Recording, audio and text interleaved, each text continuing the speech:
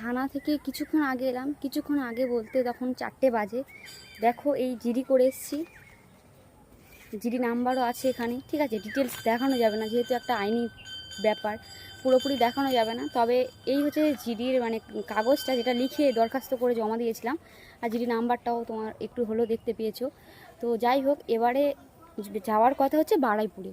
তোমাদের কাছে একটা পরামর্শ নিই, আমি জাস্ট ভিডিওটা ফেসবুকটা অন করে দেখলাম যে আমার যে ভিডিও ছাড়ছিল নবনীতা মুখার্জি নামে, সমস্ত ভিডিওগুলো ডিলিট করে দিয়েছো, প্রাইভেট করে দিয়েছো। যাই হোক, মানে চোরদের দিয়ে বিশ্বাস নেই, সে আবার যে কোনো মুহূর্তে চুরি করে ছাড়তে পারে।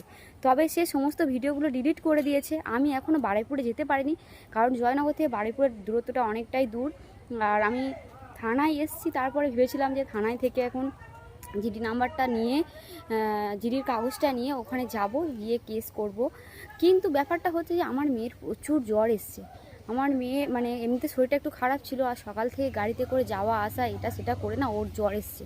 ট্রেনে করে গিয়েছি, আবার অটোতে করে এসেছি, আবার যাব, ওর জ্বর এসছে। এখন ভাবছি ডাক্তারখানায় যাব নাকি আমি এখন সাইবার ক্রাইমে যাব, কী করবো আমি কিছু বুঝতে পারছি না। আর এদিকে ভিডিওগুলো ডিলিট করে দিয়েছে দেখতে পাচ্ছি।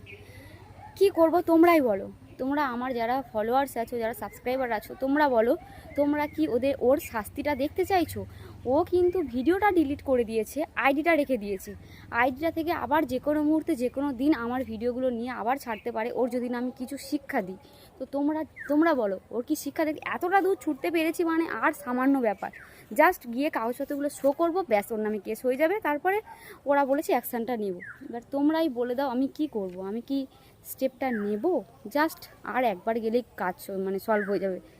তোমরা কি দেখতে চাইছো যে এই চোরটার কে, ওর মুখটা কি দেখতে চাইছো? ওর তো অবশ্যই ধরে দেবে, যেখানে বসে ভিডিওটা ছাড়ুক, যা করুক।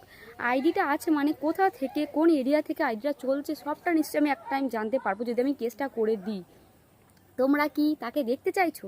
যারা যারা বারুইপুর স্টেশনের কাছে থাকো, বা বারুইপুর ওই সাইবার ক্রাইম ব্রাঞ্চের কাছে কাছে থাকো, তারা কি সবাই এসে জুতিওকে শিক্ষা দিতে চাও?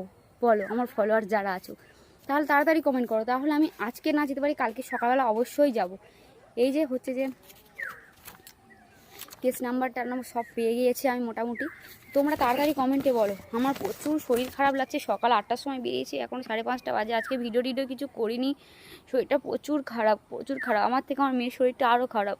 ভাবছি যে আজকে আমি যাব না, আমি কালকে যাব। যেতে তো অনেকটা রাত হয়ে যাবে, ফিরতে ফিরতে আবার বাড়িতে আস্তে আস্তে অনেকটা রাত হয়ে যাবে। যার জন্য ভাবছি আজকে যাব না, কালকে 11টার সময় যাব।